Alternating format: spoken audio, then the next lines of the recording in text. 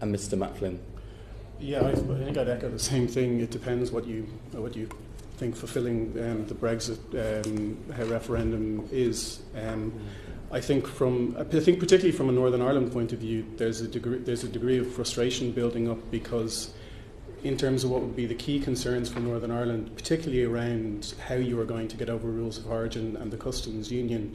There was the customs paper back in August released by the government, and I think we would charitably describe that as a first attempt.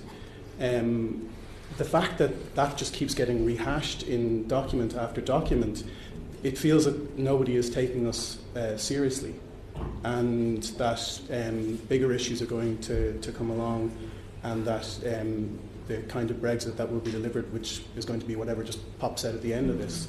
And you talked at the start about the gains and losses from an independent trade policy as if they're shared out equally.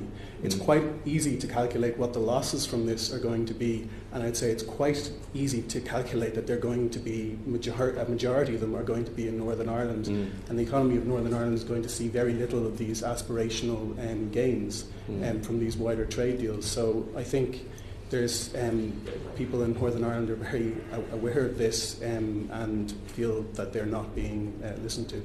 Yeah, I would echo that. I was in Belfast last week, and I speak to the small traders, freight forwarders, that sort of that size of organisation. I was last there 6 months, and you could turn the clock back. I mean, they've had no discussions whatsoever in any meaningful shape or form, and they're still as clueless today as they were initially as to what actually is, I keep coming back to this, what is actually going to happen on day one.